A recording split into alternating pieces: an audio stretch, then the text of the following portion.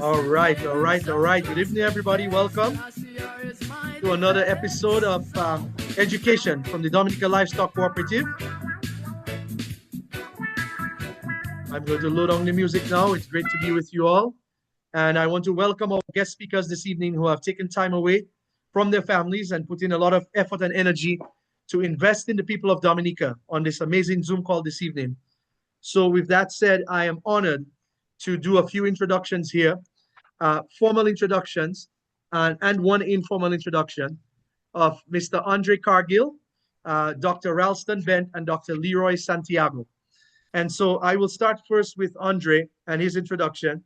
I am especially grateful because all of them have vast experience in their respective industries, and they are at their good graces coming on tonight with us to lend us some of the wisdom and experience that they have in their respective areas.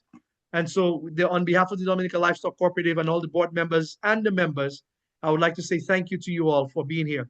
So, Mr. Andre Cargill is originally from Nassau in the Bahamas. Though he was born in the US, he attended Temple University where he earned his bachelor's degree in political science. He then pursued his Juris Doctor degree at Hofstra University, graduated in 2019.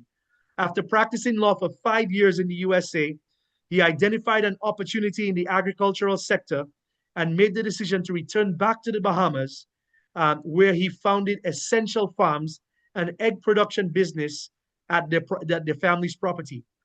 Currently, Andre and his wife manage a flock of approximately 2,000 chickens and supply fresh eggs to local grocery stores and a major hotel. So through Essential Farms, he's committed to supporting local food production and contributing to the national food security in the Bahamas. So, ladies and gentlemen, would you please help me welcome our first speaker, as I highlight him, Mr. Andre Cargill. Andre, welcome. It's great to have you on the call this evening. Thank you. Thank you. I appreciate that. Thank you for that introduction. Yes, the pleasure is mine. All right.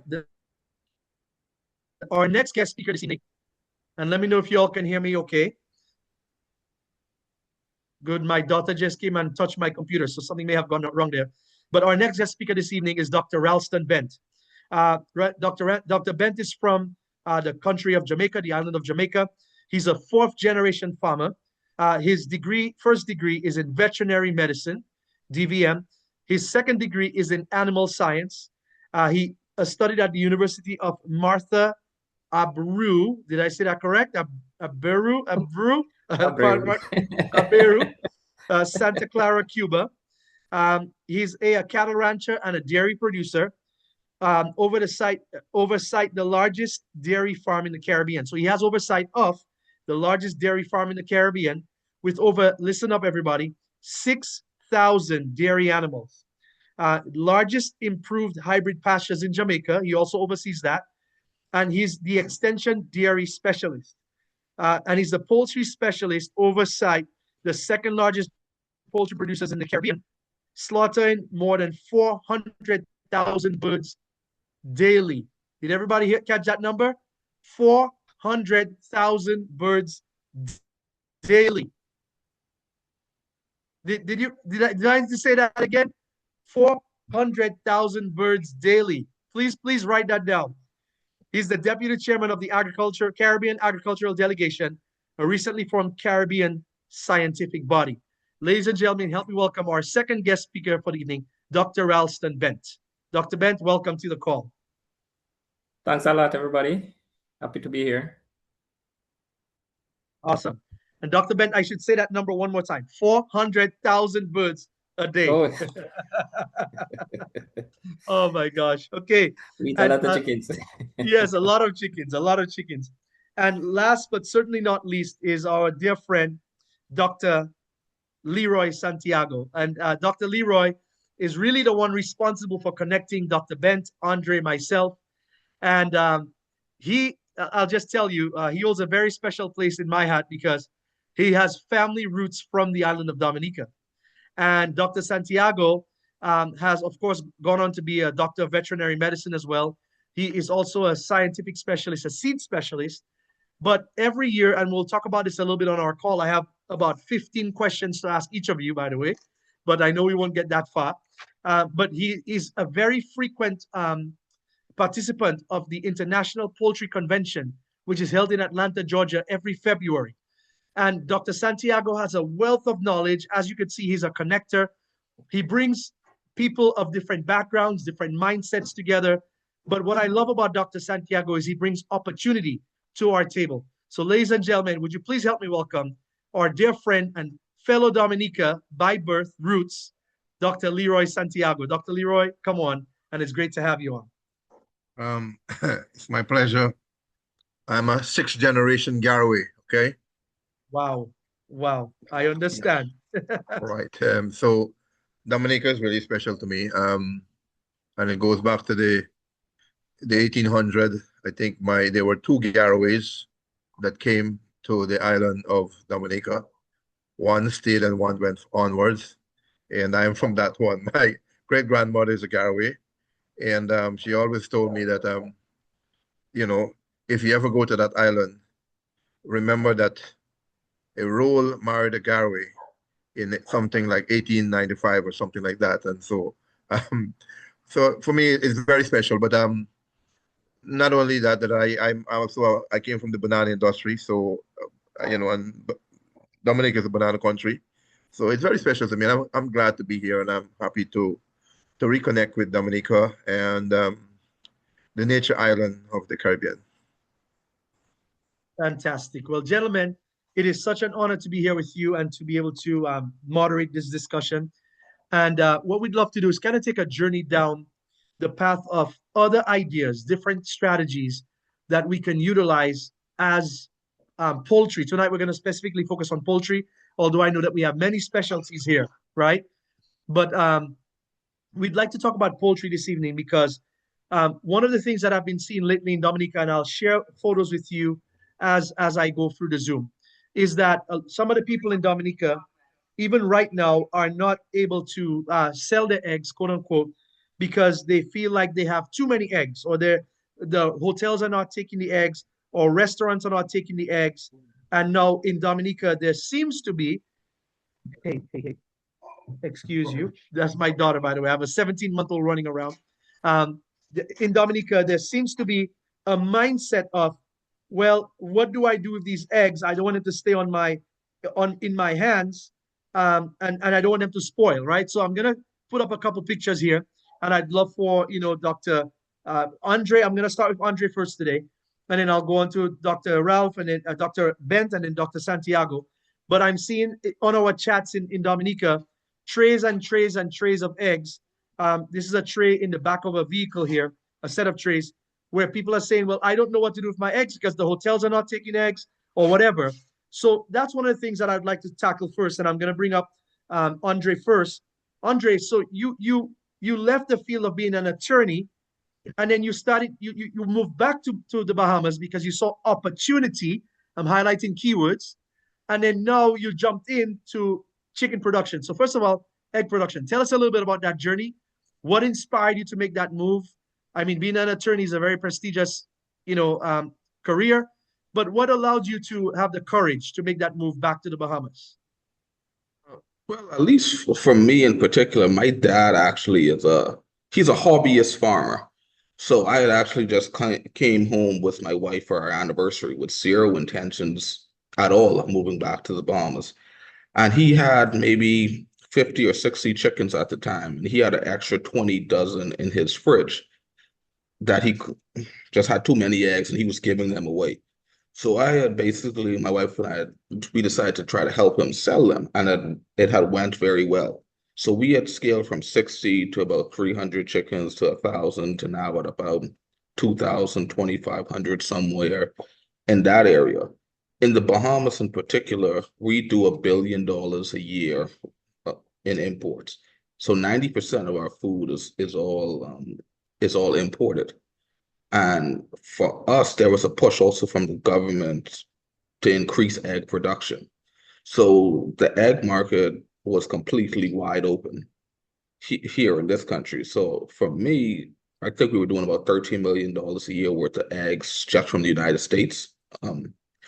So for us, it was kind of the idea of if we could take a small percentage of that market, we think it could be a very good, viable business opportunity. And we got very lucky in the sense of as soon as we started, the egg crisis came about, the egg shortage. So the price of eggs had completely skyrocketed, and overnight, this little egg farm on some level became kind of important. So that's kind of how it happened. And I think in the Bahamas in particular, people starting to become a little more health conscious. Um, you also have a lot of people are very into Bahamian owned because we have a lot of imported stuff, so kind of playing on the nationalism aspect. And a lot of our food is old. So that kind of gives, at least from a business perspective, a competitive advantage that the food that a local producer can provide is just fresher. Wow, I want to piggyback on that because we are in Dominica in a situation like you where most of the food now is being imported to the island, right? Not necessarily in the egg sector per se, but in the meats, overall nutritional imports, right? Are very, very high. So the first thing you said is that number one, we want to swing that back to being a little bit more health conscious and being, eating local food, right? Supporting local businesses. And so tell me a little bit. I know that the timing was right for you there, so congratulations. But tell me a little bit more about, what how that mindset and that culture was able to be instilled in the Bahamas, where people started wanting more locally grown, supporting local farmers. How did that culture evolve through the crisis? I think it evolved through the crisis. Well, one, I think Bahamians started to realize that a good amount of the food that they consume is old, right? So I think there's a little bit of education in the sense that people are starting to realize that. Because anybody that, at least that I've spoken to, and I've said, a lot of the food that you eat is old, nobody ever argues with me. So they know that the quality is not good. The issue is the price. So that's our biggest issue because a lot of people don't necessarily have a ton of money. So if you could produce locally at the right price, you will you can do very well. For us, we also put a lot of effort into our packaging. It has the Bahamian flag on it, it has the Bahamian colors. So a consumer, when they go into the store, if a brown egg, like organic eggs from like Organic Valley or Vital Farms, Organic Valley is really probably our biggest competitor, to be honest. They have a pretty big following. If the price point is around the same and the Bahamian consumer sees Bahamian, they're more likely to go with the Bahamian brand. Is kind of what we found. But it's but we're still kind of working actually on increasing our marketing because some people still don't see that. If they see Bahamian, they're more likely to buy it if it's at the right price.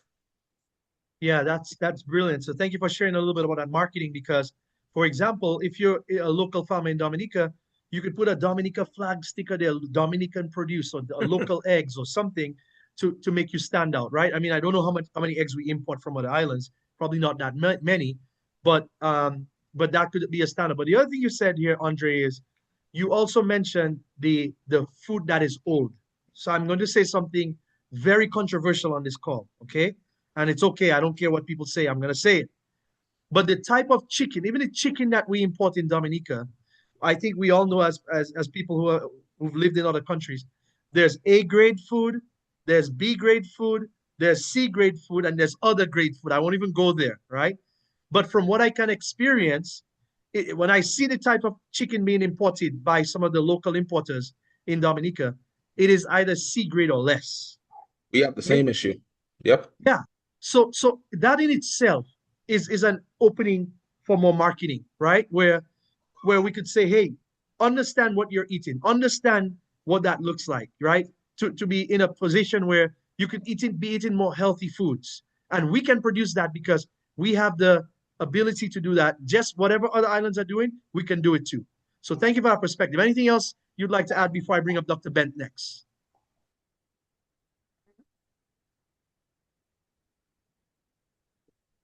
Thing in regards to the farmers that have too many eggs, um, I think the only suggestion that I might have is maybe to go to more of the luxury markets because the big issue that we have here is while eggs were selling a lot during the shortage, eggs are now cheap again, $2, $3 a dozen. And in the Bahamas, a Bahamian farmer cannot produce eggs at $2 or $3 a dozen and survive practically. So the only way to basically make it is to find places that really value the quality of your egg over price. So that would just be my only suggestion. They could find certain spots that the quality is more important than the price and try to sell there. Because at least in the bombs, we can't compete with some of the current imports on price. We just can't at $2 and $3. Wow, thank you for that transparent answer.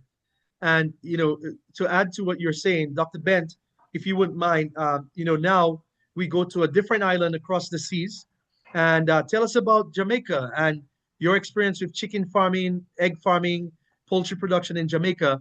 Like, just take it from ground zero and go for it. Okay, great. So, good evening again, everybody. For me here, it's a little different. I was more working with larger scale producers as a veterinarian, as a advisor, etc. So where poultry is involved, I was mostly overseeing the welfare and also, the efficiencies. That was basically where I was mainly on. But for Jamaica, we're practically self-sufficient where poultry is concerned. Because we do have, just like the other islands, we do have a vibrant tourism sector.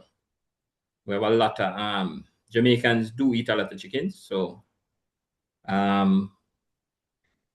we're more likely to have undersupply than oversupply where chicken is concerned. I was fortunate enough to work with one of those companies that we're looking at antibiotic-free production. So we would use basically zero antibiotics in our production. So that was pretty interesting because you realize that if you pay more attention to certain things like the hygiene, etc., you really don't need all of those drugs, etc. So that worked out for us. Of course, you have to be very strict with biosecurity and those kind of things. So for me, it was mainly on that end, right? I also was in charge of the pullet program, and that would, of course, segue into the layer birds, because we would grow the birds out until they reach maturity, and then we would pass it on to some of the smaller farmers, and of course we would have Caribbean broilers would have had their own egg production facilities. So it was a little of both. So I was able to also experience that. What we failed to mention is that I'm also an entrepreneur, and I also did a other degree in business. And the problem you have is actually a good problem with, you say, you have an oversupply of the eggs. And that is actually a good thing. You could, as Andre say, you could segue into something else. I was thinking about, for example, producing liquid eggs, where you do further processing, give it a longer shelf life, and I'm pretty sure the hotels would now take that. That's something you could look into, right? Yeah. So, yes. Well, Doc, that is one thing that I want us to do a deep dive into tonight together. And I want to, before we go there, because that is one of the things I had as my notes. Tell me a little bit about how Jamaica was able to go from dependent on somewhere else for chicken to now being self-sufficient. That process is very important for us to know. So was it a combination of things, for example, like the government policies plus the local farmers stepping up? How did that evolve? Please share more. Yes. So how it is in Jamaica is yes, it was a mixture of both. The government did put some policies in to protect the local farmers. I guess tariffs and other barriers, right, to protect the local farmers while they were developing. But what happened?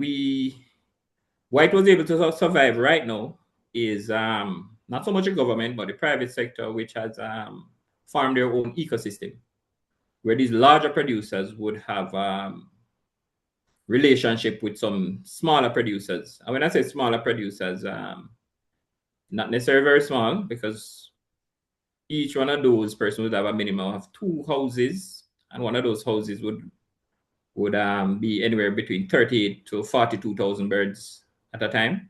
Okay. Um, So time so out, that Dr. Ben. ecosystem is there. Yes. Time out, time out, time out, time out, time out. So, so the scale you're talking about is not like a backyard farmer with 50 birds, 100 birds, 200 birds, 500 birds. You're talking Yes. about major scale. You talk like thousands of birds. Yes, but yes. If I were to continue though, Yeah. believe it or not, those large producers only produce around 40% of the chicken consumed. Wow. So these smaller people, these are probably have 50, 25 chickens. Those actually produce up to 60% of the chicken consumed. So you do have a mixture. Where I was involved with that was with the larger producer, of course, but we would hatch the chickens and then sell it to those smaller farmers, right? So you did have those two sides to the business. So those smaller farmers, they actually account for 60% of the production in the country. So these Excellent. two large Yeah, go ahead. poultry companies would only do around 40%, and they're doing pretty Okay. good with that. And then tell me about the setup of those smaller farmers that made up the majority. So is each farmer going through an education system of how to set up their production? What does that look like from a grassroots level? Because in Dominica, that's what we're looking to build together as a livestock cooperative, is systems in place so that we have long-term success. Awesome. The only problem now, if I continue talking, probably Dr. Santiago won't have anything else to say, but No, we'll get to him. but Don't let worry. me, We have a lot. yes. But the good thing about it, in Jamaica, we have different, in the agriculture ministry, we have different components. And one of those departments is what we call RADA, Rural Agriculture Development Authority. And these people have a lot of this department have a lot of extension officers, right? And we encourage people to register as a farmer. When you register as a farmer, you have a lot of benefits. That's the catch, right? You make these benefits available to them. So these extension officers, they would go to each of those smaller people, smaller farms, and they would have training. If a problem pops up, of course, that will be reported, and you have that feedback. Where that also ties into the veterinary department as well, because each parish would have their veterinary officers and assistant veterinary officers. So the training is actually ongoing, and the good thing about it, actually, these larger companies, right? I was working with one of them, of course. We would also train the farmers. Those smaller farmers, once they come to buy the feed or anything, they access training and technical support free of cost. Once they buy the chicks and they buy the feed, these companies would support them. So it's 24 hours basically almost, and it's free of cost. So the training is ongoing, but just to add also that I suspect that it's the same in Dominica, where from in the early stages of school, you start what we call agriculture education. So by the time you get to CXC level, I mean, you would have covered some of the basics of poultry farming as a very important part of all of that. So that is something that we take pride in, and I mean, every high school would have a small poultry unit and all of that. So in Jamaica, they are prepared for that. So I think that in the long run, that works out. So my question to you is now, how many local small farmers, let's just say they have between 100 and 200 birds on average, are there around across the island of Jamaica? How many poultry farmers are there? About 700,000. About 700,000. Yes, yes. About 700,000. Yes, if you are being reserved. Yeah. Wow. So you say that there are 700,000 small farmers. Yes. In I'm in an Jamaica. organization that it does, it's close to 1 million farmers in Jamaica. All right. And they're having from 50 broilers to about 100 broilers, 50 layers to about 100 layers. So it's not so much that Jamaica is doing big farms that, like Dr. Ben said, that are doing Right. a lot of But it's only production. 40%. But the Yeah. difference with Dr. Bent is that I have Yes. been in the formulation of the Rural Agriculture Development Authority. He don't really work for government. It's okay. And I've been the director, or one of the directors of the Rural Agriculture Development Authority. So we have a little bit more knowledge there. And he's younger, I mean, far younger than I am, even though we went to the same school and those things, you know. But I'm in the business before he was born. So I Yes, think yes, I have a yes. little. Well, welcome, Dr. Santiago. And that's a perfect segue because that's the mindset, right? Is that, and I've heard this said because I live in the US, and the US said that the model that worked the best in the United States. You know, I look at guys like Joe Salatin, who wrote the book Farm Like a Lunatic. I look at guys like Greg Judy, who's a big regenerative agriculturist for cattle. And all of them said the times when the US was most productive, both for the people of the United States and for the farmers in the United States, was when you had individual small farms producing to supply the public, right? So that is what the model that we're looking to emulate, which is a model of success where not just a couple companies control the market, but that the people who are on the front lines every day in their small farms are profiting as well.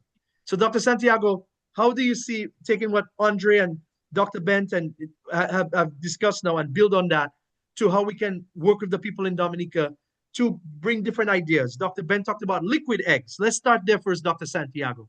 Let's jump into liquid eggs. What are liquid eggs? What does that mean for somebody in Dominica who's never heard of liquid eggs before?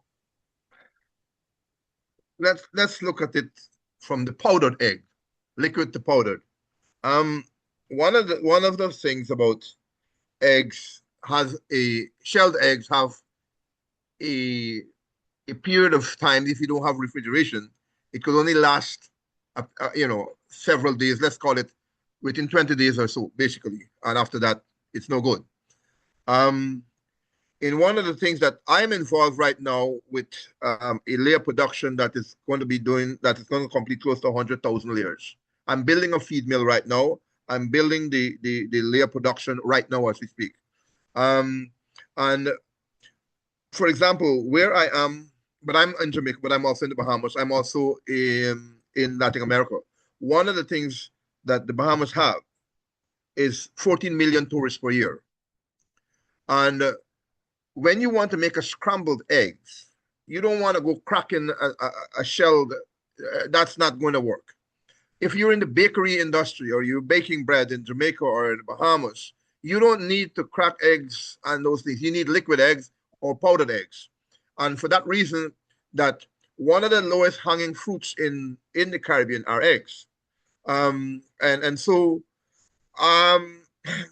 I took the country in 4 or 5 years ago. We had COVID, and so we distributed 30,000 layers to small people, which are 25, 30, 40, 50, to get an idea of what it will be or what it would look like.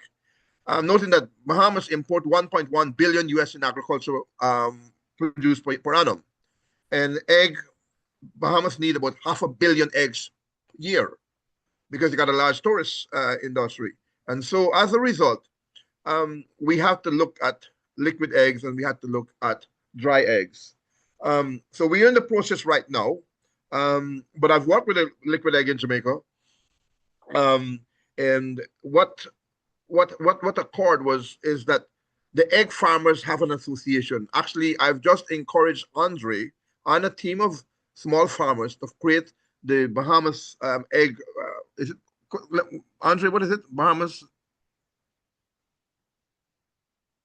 You got to unmute, Andre. We can't hear you. You have to unmute. Sorry, the Bahamas Poultry Association, but we're going to change the name to be a little more specific because this is more for egg production. We Right. don't have large-scale broiler production yet. Right.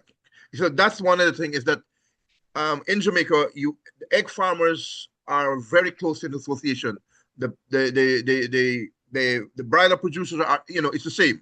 So what I've done basically is ask Andre and a team of young guys to come to put themselves as egg producers. and there are benefits to that. They can assist in the policy writing too. But one of the things coming to the liquid egg is that, and I can jump right into the process, is what we call the cracking and binding, which simply means that the egg comes in, it got to go through pasteurization. That's one of the things to be able to kill the harmful bacteria. And then the second thing is we have to remove the glucose. Every egg do have about 0.3 to 0.005% of glucose inside of it, or what we call the sugar-based. And we have to desugar that. If we don't desugar that process, what is going to happen is that it's going to create spoilage, or it can create something called browning. So it can change the color, and maybe it can be malodorous. It smells. And of course, so what we do basically is once we remove that sugar base out from the egg, then we create something called, we spray the liquid into a hot, at least almost 165 to 190 degree Celsius. So we blast that into the that spray into hot air, and of course that's where the separation takes place.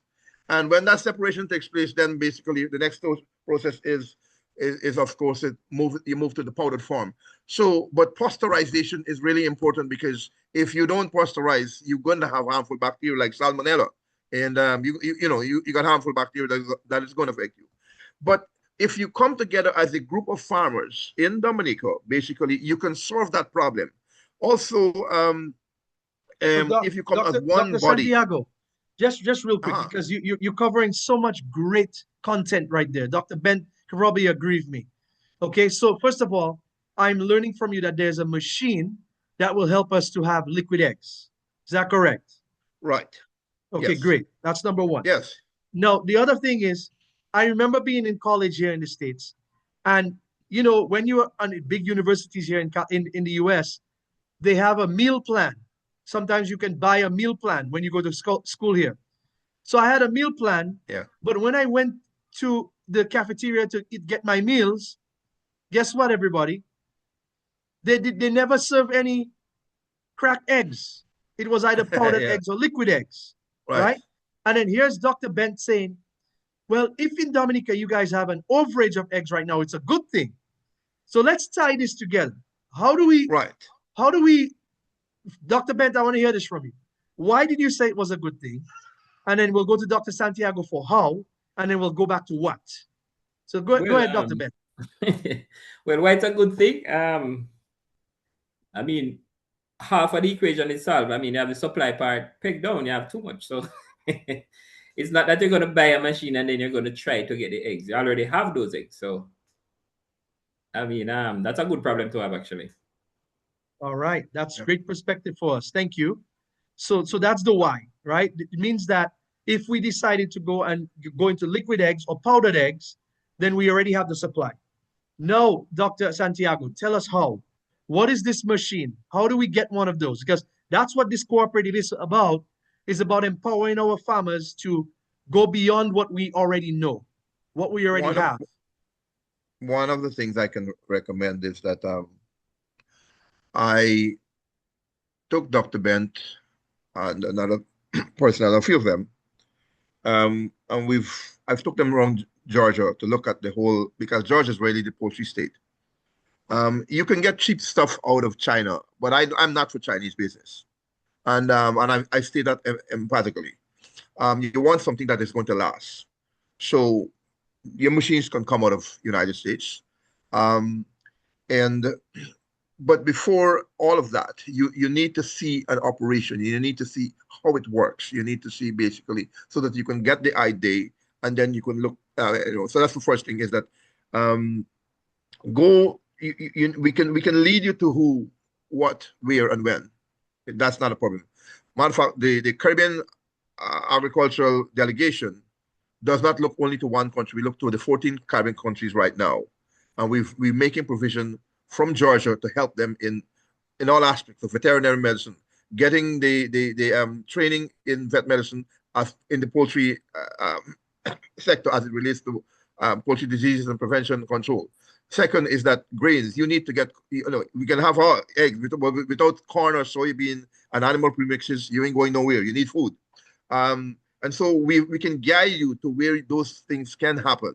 And so you need to see an experience in machine in operation, and that we for that reason we can make the arrangement for Dominica to come to Georgia and basically go through that, or maybe you can, because you're in the United States, it would be best if you can visit one of such facility, and it's not a hard thing for me to link you to that, so you can Yeah. see how it goes. Yes, Then so you Dr. can Santiago, I know that you and I have been working now for a couple of years to get some of our members into the poultry convention in January, in right. February, I apologize.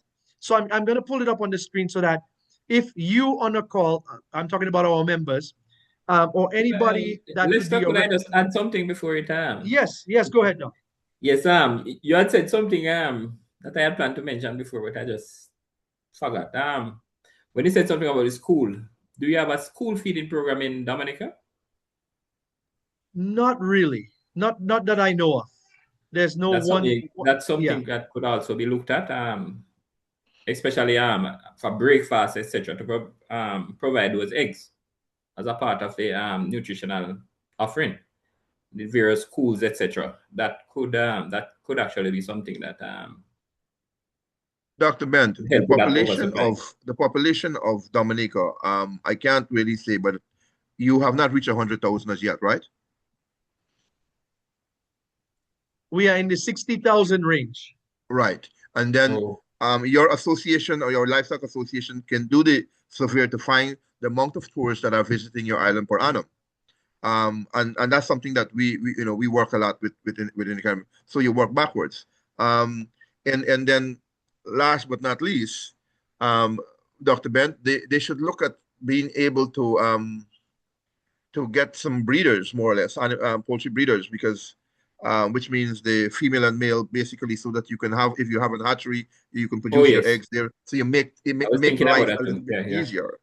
Right. Yeah. For me, perfect. that would be Perfect segue, Dr. Santiago, because one of the things I am sick and tired of seeing, okay, and I don't care, you know me, I'll say it, is I'm sick and tired of seeing Dominica import birds from islands like Barbados and all over the Caribbean when we ought to be producing our own bird on the island. I mean, that makes absolutely no sense to me. It's decades of importing birds from other islands. That doesn't make any sense. And by the way, we just imported, we just built, by the way, this is a news to our members. We just had 1,000 egg incubator built in Georgia and sent to Dominica, which is in the possession of the livestock cooperative right now at this moment. So we know that we can already handle 1,000 eggs like that, right? We know we can build 2,000 eggs like that or more. We have one of our members himself, Mr. Augustus Cropper. He's the one that built the machine for the incubator for us. It has a brooder and hatcher in one, right? With separate controls and all that. So then my next thing is, how do we get the parents, the broiler parents and the layer parents? Well, you got to go parents. You got to go parents, grandparents, and great grandparents. Yes. We can lead you to that. I can lead you to that. That's not a problem. And what I would, anytime after, first and foremost, let's back up a little. When you ask Dr. Bent, what makes Jamaica successful in its poultry production, is that in the 1950s and the 1940s and 50s, there was a group of Christians, brethren Christians, by the name of the Levies, they were Jews, but they were also Christians. And the Levies / the brethren, they developed a farm in St. Anne's. And then they looked in the 1960s and 1970s, it kept coming up. They were importing, but they looked at how do we stop that importation? And to that, they looked at how do we develop our own genetic materials? And that's one of the thing that Dominican look at, is getting the parent base. I've done that in Trinidad with a guy called Jairam Kisun, a very tough guy.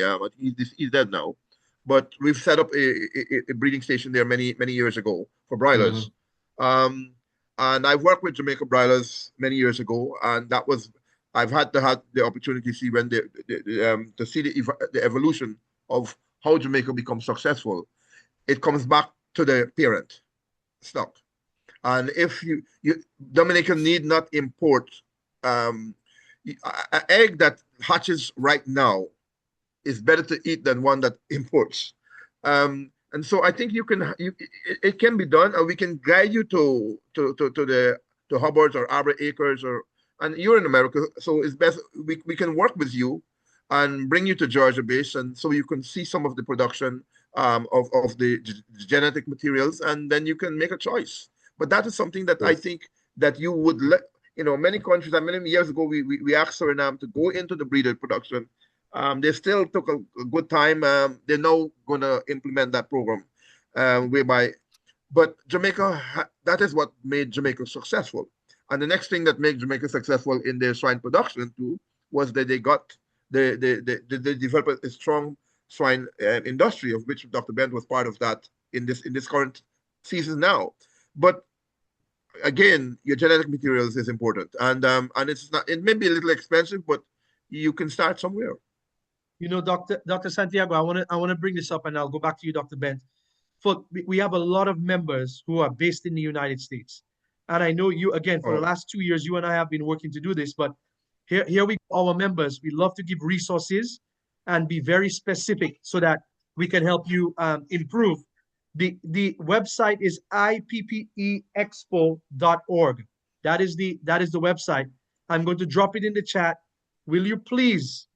Dr. Santiago is there every year. He asked me to. Yeah, I've been there for 34 years. Yes. How many years? 34 years, Doc? 34 years, yeah. So he has asked me to come many times, and I personally, my schedule doesn't always allow it. But I'm asking for any of our members who are US based or who have access to US, your visas, and you can travel and so forth, to come meet Dr. Santiago in Georgia in January. The dates are up here on the screen. I also put it in the chat for everybody so that you can. As a matter of fact, in the 29th of January, and Dr. Bent can attest to this also, Andre, is the Caribbean Agricultural Delegation Day. That day is for us, for the 14 Caribbean countries. And we have made that possible by the consistently development, working with Georgia and being with Georgia all the time. And I've been in Georgia since 1974 as a student, a grad student, sorry. And I had to go there to get experience in cotton production and in peanut production, and so it's a good thing, and it's beneficial. But you can really enjoy now, because with the last January, Dr. Bent and Andre, they were all at the IPP conference, and they were there to see the first time that Georgia honored us to give us our day for all the CARICOM countries. And so you can benefit. Matter of fact, Dr. Bent, could you elaborate a little bit at the laboratory and the grades and those things? Could you speak a little bit to that? Oh yes. So yes, just to touch a bit on what Doc is saying, we actually we're able to form a relationship with various sectors. We're talking about feed, meal, everything. Grain producers, just about everything. But what Doc was talking about is the lab. There's a lab in Georgia, the very high tech. It's probably the most advanced in the world right now in terms of poultry science, diagnostics, etc. And we were able to form a relationship with that institution. And they have, of course, with the prompting of Dr. Santiago, they had extended that they would be able to train other veterinarians, to do in the Caribbean, to come up and do short stints, to do like a specialist course in terms of diagnosis and all of those things, right? So they are very, very advanced. They have moved almost completely to robotics in certain sense, but it's a good it would be a good experience as well for somebody from Dominica to also join. We could probably do a little delegation thing and have that done. So I mean, we could talk a lot more about that, but in essence, that's it. It's very, very advanced. and it's in the country, it's the most advanced in the country, and probably in the entire region, the western part of the world. So we do have that direct link with those with that institution as well. Well, we certainly And they would appreciate the need invitation. Go ahead, you Doc. would need animal premixes and those things. And so we've done that for the entire CARICOM countries. And it's not about we looking to get anything. No, it's we want to empower the Caribbean folks. And as small as Dominica is, it has had great great people from there, with good resources in terms of. So if your organization as a livestock organization, you got power there because you have a lot of people, and there so you can look at developing your own hatcheries. You can even look at your small milk manufacturer. Andre True. is going to be setting up his small feed mill. Andre in a little while, and Dr. Bent also. And when it says small feed mill, it might small, but it can do 30 metric tons per day, and that's 2,200 pounds. So we're in the process right now. I'm building a feed mill right now. And so one of the things I represent India in and the hemisphere in feed production and grains. So we really like to really help Dominica to benefit from the opportunities that we are allowed to participate in. And so with that being said, I think that we can always arrange. I can always arrange. Matter of fact, in Denby Agriculture Show, which is the largest in the Caribbean, in Jamaica, on the 1st, the 2nd, and the 3rd of January of August. This will probably be the 66th year. And in that, the 14 parishes battle, really 13 battle for the champions of champions. Who's the best cattle producers? Who's the best poultry producers? Who's the best young poultry producers? All of those things take place. And I'm having the Georgia cattlemen, the dairymen, the swine producers. They're going to be in Jamaica for that 1st, 2nd, and 3rd. And we've been extending this to all the other Caribbean countries will attend except Dominica. So I'll have them send the invitation so that Dominica can come to see your own Caribbean country at its finest. We'll take you around to all the poultry farmers, big and small, large, and we'll take you around to see even all the latest technologies in agriculture will be at that expo for 3 days. And all our overseas guests, we provide a VIP pass for them. There's even discount to staying at the hotel if you're coming to the Denby show. And so with that being said, I would have the invitation extend to the Dominican livestock. I can't remember the name. Is it Cooperative? Yes. cooperative? So Yes. that you can really come to a CARICOM country and see the finest and the best of the best. And with that being said, I mean, Dr. Ben can assure you of this is one of the best. Matter of fact, Andre is going this year. Andre? Oh. Yes. Andre is going this year to the Denby show. Yes, So but it's an experience, and we normally invite all the agriculture ministers. Dominica has not attended in all the invitations we've sent them, and maybe because we were sending it not to the farmers, and so we would do this year. Well, we appreciate your kind offer, and the Dominica Livestock Cooperative looks forward to taking advantage of that invitation, because that's exactly what we're looking for. There are things that you don't know until you know, and now we know. We would love to take advantage of it. I'm sure some of our members. By the way, members, if you're listening to me right now, and you would like to take advantage of some of the things that Dr. Leroy, Dr. Bent, Andre have talked about, put a number 1 in the chat for me right now. So I know that you are interested in learning more, getting exposure, meeting different people, right? So thank you so much. I see some responses coming through. And also, while you're there, we didn't speak on forages, which is the cheapest source for cattle, sheep, and goat is forage, grass, legumes. And Dr. Bent is quite experienced in that. And we have been providing 35 years ago. A distant relative of mine in Brazil, along with his brother-in-law from Mexico, came together.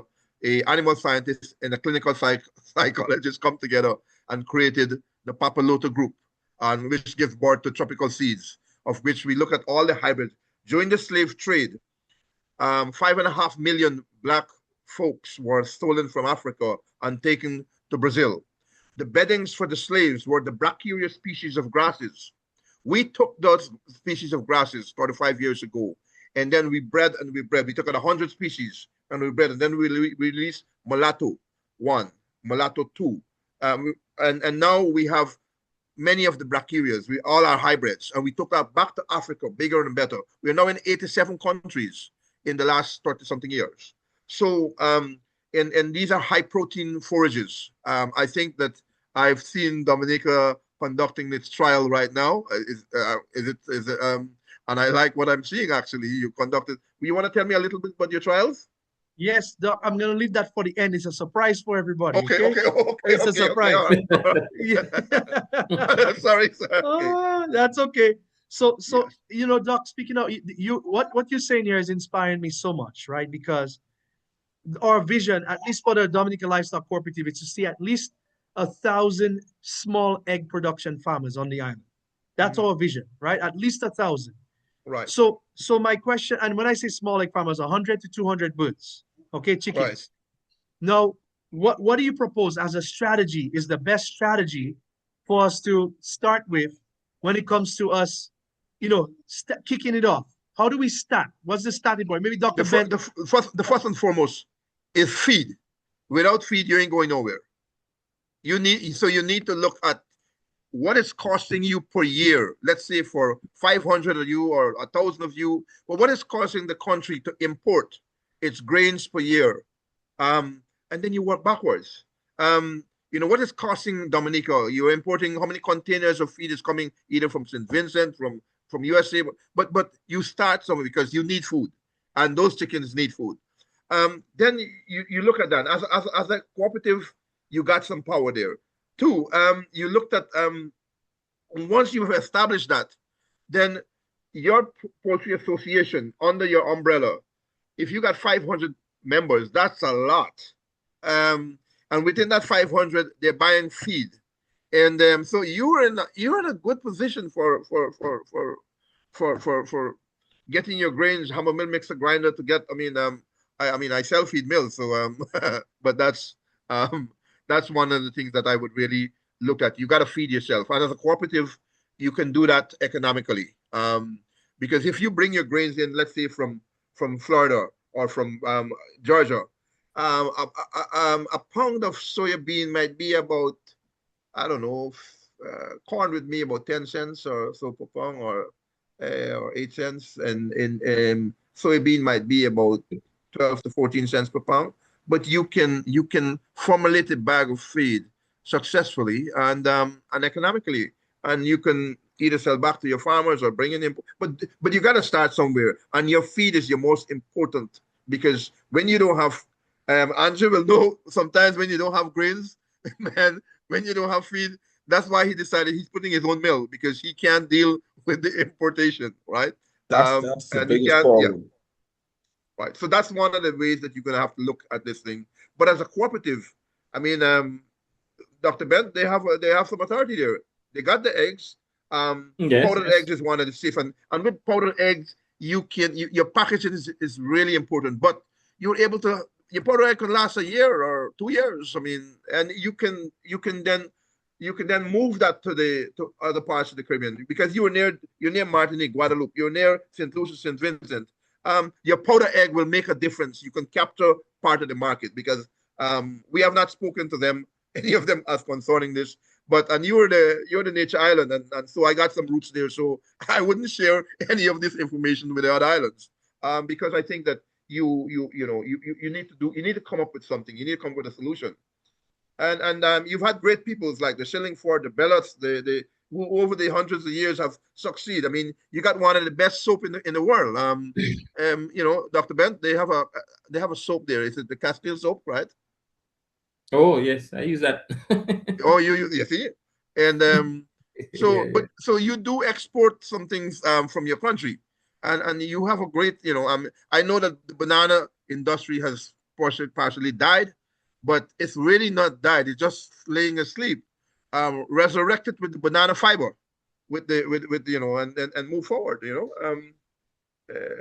Yeah. Yes. Yeah, let's also add something as well. As Doc said, I mean, you have to ensure that you have the food before you get the animals, right? I just wanted to point out something. If it's going to be sustainable, you need to create this ecosystem, right? So everybody can't be an egg farmer, can't be a broiler farmer, right? What you need to do to make it sustainable, you will need to have other people going into, for example, the hardware store, stocking the things you'll need. The farm stores having the things you'll need to support that production, right? Because sometimes we overlook that, and then if you're gonna, if each person will have to be importing their own implements or machinery, etc., it might get tedious. So I think other person will have to look into this, the other opportunities, the spin-offs that come with this industry, right? And then it can support itself after a while when you do it this way. You have somebody, probably somebody will set up a feed mill, as Doc is saying. You have another person who probably get more involved with importation of the material to make the feed, or if somebody can plant some, etc. But No, they I can't. think that Plant won't. approach is, yeah, that approach, but just to have that sourcing of things, right? So that each farmer don't have to go about looking for side-in meal, etc. So I think you need to be looked at that. The other part of it, of course, would be technical support. You have to have people who are able to assist others. Whether you do go the route, as Doc said, when they found that RADA, I didn't realize how deeply Doc was involved with that. But 1980, man. yes, but I mean, it goes a long way because you'd have that support at your fingertips, right? And then we have So the Jamaican Agriculture Society, which has exactly. over 800,000 members. And they've even gone a bit further to have, for example, Egg Farmers Association, you have the Pig Farmers Association, etc., that also has some clout.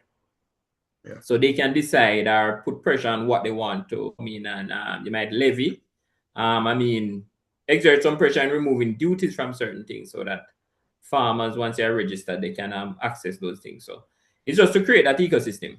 It's one to get the birds, one to get the feed, but other people can buy into this and contribute, not But necessarily directly. they have a cooperative. I don't know how many members they have, but they have a cooperative, and Yes. that is they can really improve their Yes, livestock production with genetic definitely. materials. They can bring in all of the stuff. They can produce their own forages. They can look at their farm store. These are things that a cooperative do. Yes, yes. Actually. Farm store, yes. Somebody should in this cooperative should come up with probably a farm store or something. Bringing in the things you actually need. Yeah. Sorry. And you know what, Dr. Bent, as you're saying this, we do have a member who owns a farm store. We do Awesome. have people on this call who are specialized. And this is what I would look. I'm so grateful that y'all are piecing this together for us, because what it's allowing us to do is to say which are the pieces that need to come together to make this successful, right? So thank you for your insight there, because all we have to do is hear it a couple times, watch it done once, and then we go, So, Mhm. with that said, we know that you're asking us to, number one, come and see for ourselves, right? So those of us that are in the US, and it looks like we have 4 people interested, Dr. Santiago, not just me this time, in coming to Georgia to see the operation over there in February. Okay. The next thing is, Doc, we will maybe at some point we will talk about this specialty of box eggs and liquid eggs, and how do we now form alliances with Andre in Bahamas, Dr. Bent in Jamaica, to deliver box eggs or liquid eggs to hotels, right? We could do another session on that. How do we market these things? Then I also want to talk about processing facilities in Dominica, right? So what does a large egg processing facility look like, right? What does a large box egg, liquid egg, what does that look like, so Yeah. that as a cooperative, we can have a facility like that, and then we can process these things, and then we can grow from there. So what You are your you thoughts and you feedback on that? you actually have the people. You have the organization. For me, when you looked at you already have that, so that's where you can actually start. So Dr. Bent, they already have a major organization and they've done some work. I think I've read some, I've looked at the video where they've done some work already, and that's basically something that they have a starter. It's just a build on that right now, and sometimes people don't like to come together, but as island people, we need to come together. When we have every year we have hurricane, and we've got to be able to work together. And that's why I Yeah. realized that Dr. Bent and I have been crossing paths for many years. Not only that we went to the same school, but and we thought that we're Caribbean people. We don't want to live in Europe or United States, and I've turned those offers down because I want to stay in the Caribbean, and therefore I think that you have a good opportunity to improve on what you have right now, and we can guide you Yeah, we're here. Yeah. guide you to where you want to see some of these machines or equipment. So yeah, we can do that for you. It's really nothing. Wow, that's really priceless. Thank you. Thank you so much for offering your wisdom to us, right? Andre, I see you unmuted. Anything you wanted to add to what the doc said? No, I think he covered it, to be honest. Excellent. So Yeah. I have a few more points because I know in the interest of time, I want to be sensitive to your time here. What does training look like? Is it possible at some point? I know that we can come to the US, but for those of us that cannot come to the US, Dr. Santiago, I know that you may be, and I won't spoil anybody's announcements, but you may be coming to Dominica next month. And I may be coming to Dominica. I may be coming to Dominica next month as well. So I don't know if it would be possible, Doc, if our dates overlap, or even if they don't, the board is there, can facilitate a get together, a Q&A session with the local people on the ground. Mhm. I'm not sure if that's possible, but I know that the board was discussing, a potential get together of the group on Wednesday, the 3rd of June. I'm not sure if you'll be there yet. But I just wanted to let you know that you are invited. And you let us know, your availability, and we would cater to you. We would spoil you. Some of us like fish, some of us like local meat. So whatever that looks like for you, we want to spoil you. So we You have any goodie? Aguti, I know about 16 people on this call who have about 50 guti in their freezer right now. So yes, we do. I don't know. Andre know what's the goodie? It's a rodent. It's one of the second largest rodent that we normally eat in the south of the Americas and parts of the Caribbean. And I know the rodent don't sound too nice, but That's good.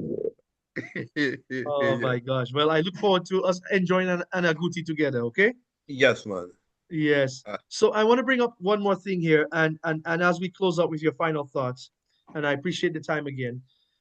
One of the things that the Dominica Livestock Cooperative has been working on is to also work from our side to secure funding, right, for some of these projects. And I thank a lot of our members and the board who have put a lot of time and effort into writing the grants. We have a grant right now that is being executed, Dr. Santiago, for forages. Right now, I believe that we could probably use different forages in that grant eventually, but we at least have a start with forages. Dr. Bent, I saw a beautiful video of you and Dr. Santiago on a beautiful field of forage, right? That's a different story. That's a different call for a different time. But eventually, what we're looking to do is to work with grant organizations. And there's one particular that I've been having a conversation with, which is the U.S. Livestock Genetic Export Agency, right? So this agency is looking to work with us in Dominica as the DLC members to source genetics, right, for Dominica. Okay. Now, as you can see, there's dairy, there's beef, there's swine, there's horses, goats and sheep, embryos, etc. And I'm going to include, if I can, poultry in that offering. Okay. Yeah. So if they offer any poultry products, whether it's broiler parents or layer parents, etc., I would like to have that included in our ask of them. Because we eat more chickens than any other meats. you know, Yeah. and therefore, it should be included. Okay. So here's what I'll say.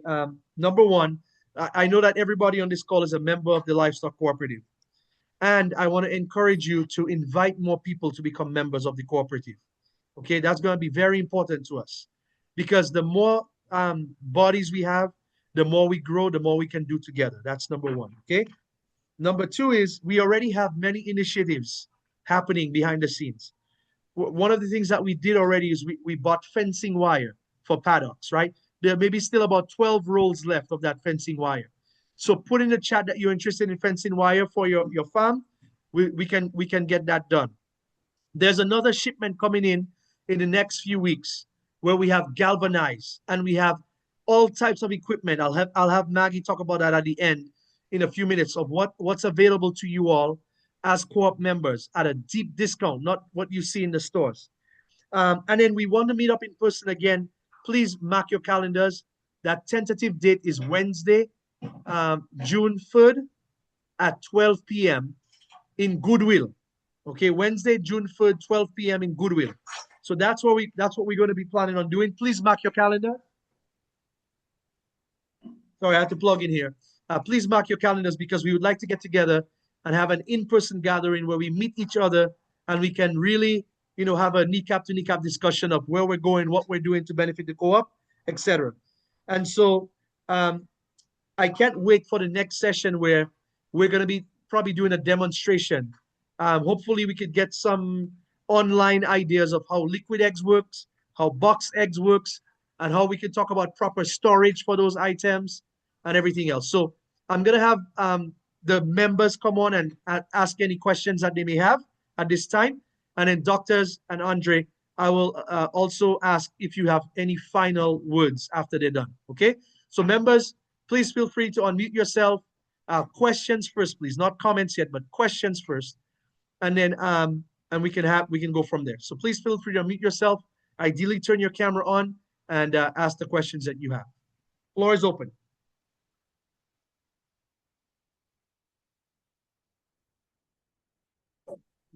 Okay, I'll go first. I'm a poultry farmer, and our culture in Dominica is very crude. I am not sure how they will accept powdered eggs. My people like to peel their dashin, their yam, their banana. We're not a rice set of people, we're not a potato set of people. So you see the powdered eggs, I brought to them colored eggs, and the supermarket said, we cannot accept that. The people will not buy it. They turn me back. They don't know colored eggs. They see blue eggs for the first time. They will not buy it. So the culture here is very strange. When they're not accustomed to something, I don't think they like to trot in those areas. So I am not sure. For those of us that have traveled and are exposed to those things, yes. But for you to be in Dominica, a real Dominican, it's gonna be a problem So because the Maggie, the question culture I is would not ask, accepting at all. Maggie, the question I would ask is, how can we change the culture? That's the question I would ask. Well, we are working towards that, but Yeah, it's how can we? difficult. That's what I would ask the doctors. So, It's Dr. difficult. Bent, Jamaica is an island too. Dr. Santiago Andre, Bahamas is an island too. How did you change the culture on those islands? Well, for us, in Jamaica, the first people who took that up was more like people doing interfacing with tourism. So the hotels, it's more easier for them to use, right? So you'd have the hotels, some of those restaurants, and then to some lesser extent, the other people started buying that as well. So there was not a concentrated effort to change that. But the first take up would have been from the people in the tourism sector. And that was natural because they would have been importing stuff like that, and we're like, no, we can't produce it here. So that's where it started. Okay, that's a great question. Marilyn, your question next. Go for it. Thank you for that answer, Doc.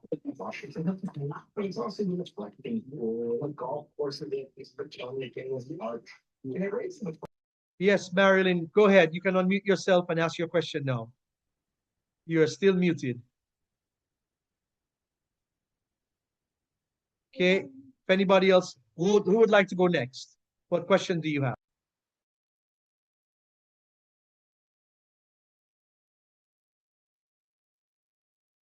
Hello. Yes, Mr. Jacob, go ahead. Hey, how you doing? I have a question. On that same powdered egg, how healthy or how nutritious is that egg once we process it because it becomes a processed item? Can you hear me? Dr. Santiago, you have to unmute yourself. I see you talking, but you have to unmute. Yeah, I'm okay. Lester, can you hear me? Loud and clear. Okay, Yes, I heard him. I heard him, Lester. Yeah, and I am living in Florida. As a matter of fact, I'm close to the Florida-Georgia border right now. My farm is up there. I live in close to Florida-Georgia border. I'm on my farm right now. And the one thing I see in America or here in the US, we have powdered egg. As a matter of fact, I was at my wife and I will spend some time at a restaurant this weekend. Sorry, at a hotel. And one of the complaints was, powdered egg to me tastes almost like fake egg because people want fresh stuff. Everybody going natural and fresh. So powdered egg, once we process that egg, would it seem like we're selling processed food and not natural food? We are nature island. So we That's want not our true. food That's not true. Okay. The integrity of the egg is maintained 100%. And that's why I explained before that what we do, we remove the glucose base out of that egg. And they are egg yolk, they are egg albumin, or the white of the egg, and of course there's the total of it. But it has no effect on the nutritional value of the egg. For example, in the United States, you may get an egg that could be 6 or 7 months old, and not to mention if you're going to export chicken, it's going to be about 1.5 year old. So in essence, what you're doing is you're looking at your tourism, but you're looking not only to Dominica, you're looking at St. Vincent, St. Lucia, you're looking at the areas around you. And as a cooperative or as a member, what you want to do is to attract, to get a liquid air. You just pour water into that, basically. What I found is that hotels internationally want to have they prefer to have an egg that you can pour rather than cracked egg, or shelled eggs. And that's one of the reasons that we work on, because all of us are involved in tourism in one way or the other. And so therefore, I think that you should not only focus on your own country, but you can, and that's where the liquid eggs come about, or the powdered eggs, is you guaranteeing that it can be there for several months, and that's the important thing. The integrity has not been affected in any way. And I would prefer to use, matter of fact, when you go to a hotel now and you get a scrambled egg, it's actually a liquid egg that is the water base, and that's it. But don't be afraid. I remember we used to trouble the students at university and said, if Christopher Columbus come back right now and him reach Martinique, and him start to see Dominica and say, yeah, me remember that because it not changed. And we used to trouble them until we realized that, boy, this is the nature island. And you are the nature island. You are the sun, and sea. And therefore, we are in 2026. We are not, I remember when seeing Dominica with one traffic light. Maybe now I'll go and see many, many more. So we changed, we evolved. And so I think that the livestock science evolved. We are doing something that we should have launched in Jamaica, which is called a satellite base, because the world has been covered by satellite. But you in our program, you don't have to, as a farmer, don't have to take a soil analysis and bring it to the lab. No. You got a smartphone, you downlink to our program, you snap it, you send it to us, and we can go back on that land for the next 5 or 6 years. I can tell you the nitrogen, phosphorus, potassium. I can tell you the trace elements. If a pest attack, I can tell you what to do because we are in the 21st century.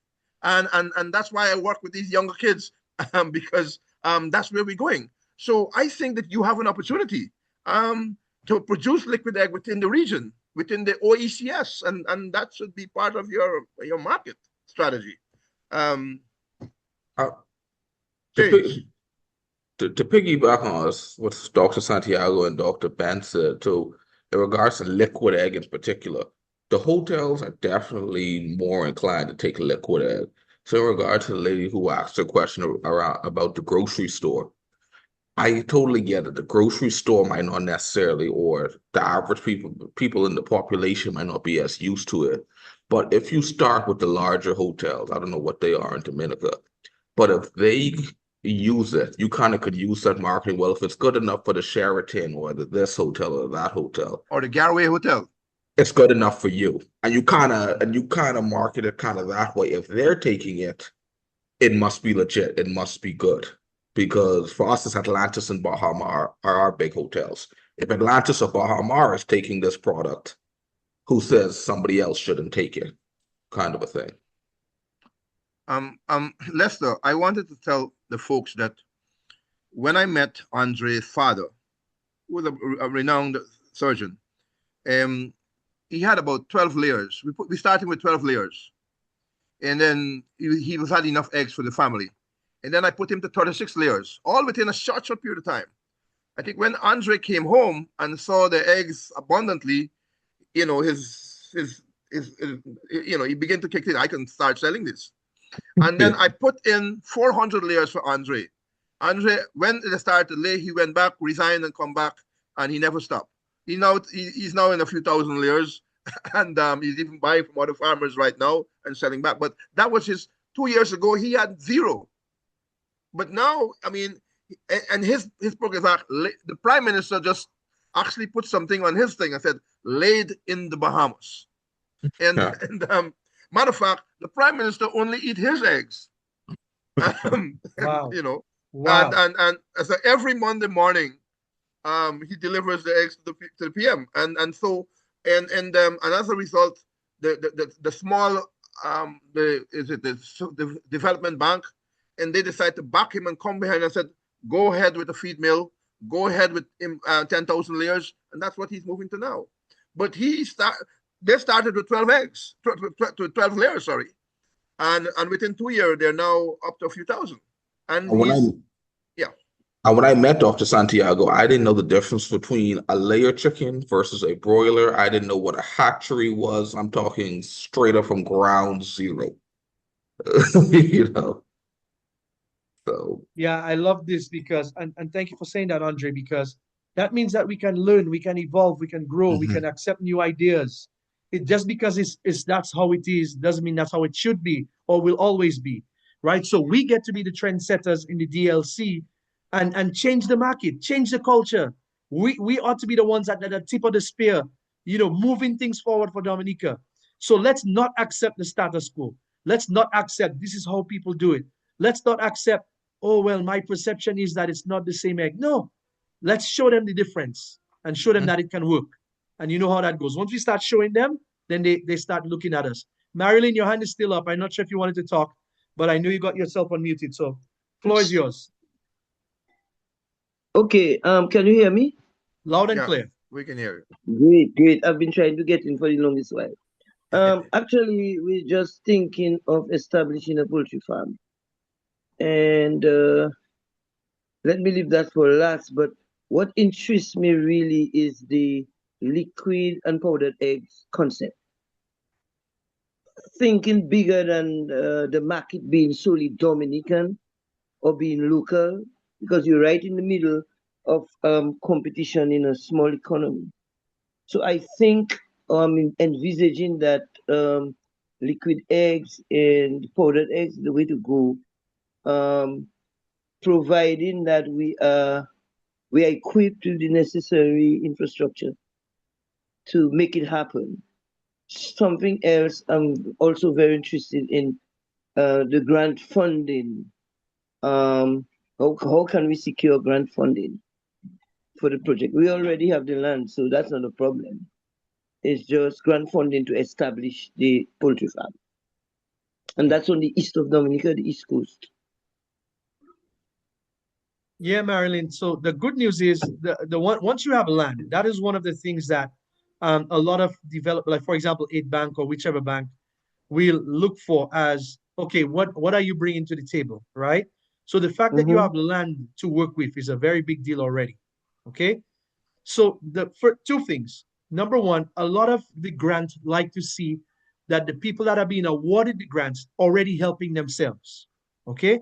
So Dr. Santiago, you and I were talking about the dimensions of what it takes to start. So there's a very great question from Marilyn. So what are the dimensions of a farm, a chicken run, like for example, what Andre has? What is the ideal dimension for, let's say, 200 layers? 200 layers, 1.5 square foot per board. So put 200 and just multiply 1.5 square foot. And that would be your answer. That would probably come out to about 15 feet by 20 feet. I'm trying to remember. But it's not a big issue. You probably need four feeders in there and 3 automatic waterers, and I mean, and that's basically what can happen. But for broilers, we use 1 square foot per board, and for layers, we use 1.5 square foot per board. So that's about 300 square feet. Is that right? And then if that's a 30 by 10, for example, right? Or let's call it 20 by what? 15 by 20? 15 by 20. There we go. And I can send a photograph of a video of a 15 by 20. Very Yes, small, very please. unique, very nice. And you know, I guess you guys should bring in your own feeders and your waterers and so on. You can have that connected from any water source. And basically, all Dominica have is water, I think. Well, I mean, Yeah, one of the biggest things. Yeah. yeah. Okay, I just put it in the chat for everybody. So in case you have, if you look here, it's 15, 1.5 square feet for bird, 200 birds, you need a 300 square foot housing facility, 15 feet by 20 feet, and that will give you, what's that, 200 broilers, We'll 200 send you a layers. video whereby I'll send you a video, Lester, so you can see how it is built. Very simple. It's called KISS. Keep it simply stupid. It's not no high tech, whatever. But also how the layer boxes can be situated without affecting the space of the board. So usually, if you have to put the layer boxes, but the way that we design it now, we've changed all of that. And rather than putting concrete floor, we're using calcium carbonate. Calcium carbonate are what we call, I don't know what you call it in Dominica, but all the islands of the Caribbean, when you dig up, you can get some white, it's calcium carbonate. All the islands of the Caribbean have it. Yeah, the limestone. Limestone, right. And what we do now is that we place in the limestone in the pen itself. So we put a few feet of that rather than using concrete. And I'll tell you why, because it's able to control the Escherichia coli bacteria. Any of the protozoan like coccidiosis, you can control that because the limestone will control that and prevent that. It also, the uric acid base, it will keep down that smell. And then, of course, you put the shaving on the top of that. But that's basically how we're moving forward right now with all the large pens in the world. Lovely. Well, I look forward to that video, Doc, so I can share it with our members. You'll get it tonight. Yes, thank you so much. So make sure you stay on the chat, everybody, and you take these notes. One last question before we go to final thoughts from our guest speakers tonight. So honored that they're here.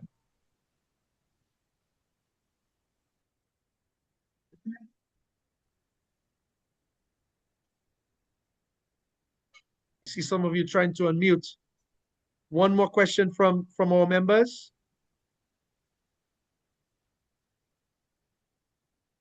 All right. So how about we go to Andre for his closing remarks? Then we'll go to Dr. Bent. Then we'll go to Dr. Santiago.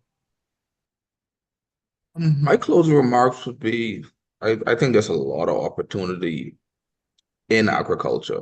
I think it's very important to seek out people like Dr. Santiago and Dr. Bent if you do not have necessarily the technical knowledge, because I come from a legal background. So a lot of the more technical knowledge, guys like those two would know a lot more they do know a lot more than I do.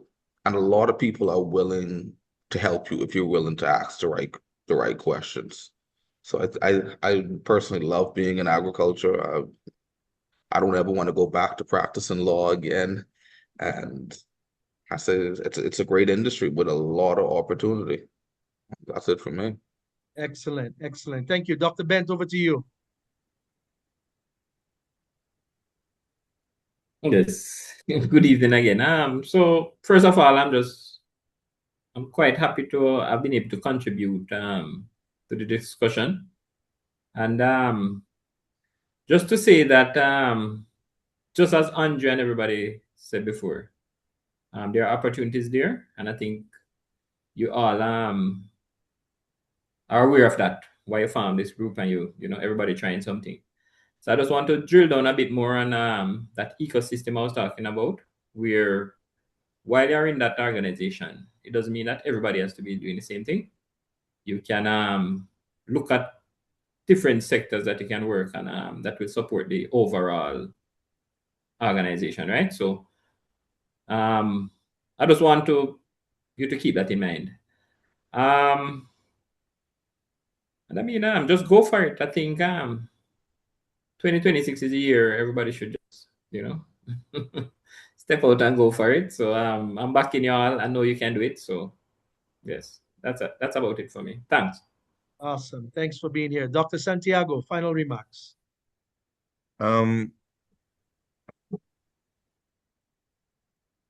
Is Dr. Toussaint still in this country? Not sure. Not sure. He was a veterinarian that became a minister, and there was 2 veterinarians that became minister. Yes. I want to say that I don't know but I look forward to really being of any assistance to the island of Dominica. I owe my part of my genetic roots of my great grandmother, and anything you can do to help Dominica, I'll be happy and willing to do so. You can hit me up anytime. You can email or you can WhatsApp, and we'll be happy to help you guys in any way. And we will send the invitation for the Denby Agricultural Exposition to you guys so that some of you may come to Jamaica to see the largest exposition in the English-speaking country with all the sciences in terms of technology, all the latest things in greenhouse, all the latest stuff into genetics, into poultry production, livestock, coffee production, all of those types of things. You're able to see when you come to this, and I would provide you guys with all of the VIP passes and all of those things, and so you can come and see your Caribbean country, and you can learn from that, and so I would like to throw that out, and we'll send the invitation to you, Mr. Baron, and for your cooperative members. Wow. Well, thank you so much to our panelists. Let's give them a round of applause, everybody. Maybe drop a thank you in the chat for them. But this was an incredible session, and I'm so grateful that at least we have a little bit more knowledge now on, different ideas, not just egg stain on our pot. Not that we have to have a whole lot of space for chickens, but there are simple ways that we can start, storing what we have, marketing to the Caribbean, marketing to the rest of the world, right? There are opportunities. And I'll tell you, it's just the beginning. This is just the warm-up. So I can't wait to have Andre back, Dr. Bent back, Dr. Santiago back. They have so much depth in expertise. Tonight we just scratched the surface because, like Dr. Bent said, if he had to go deep, we'd be here for the next 3 days. So thank you all for being on tonight, and I so appreciate all of you being willing to come together as we work together, bring our similarities and our strengths together to do something great for the Dominica Livestock Cooperative and our country. So thank you all to our guest speakers, and thank you to our members. Have a great night, everybody. Thank you. Take care. They had no Garaways there. Bye. All right. Bye-bye. Okay. Thanks. All right. Dr. Bent, I'll chat with you later, and Andre. Yes, Andre, yes. Yeah, man. I'll talk with you later. All right.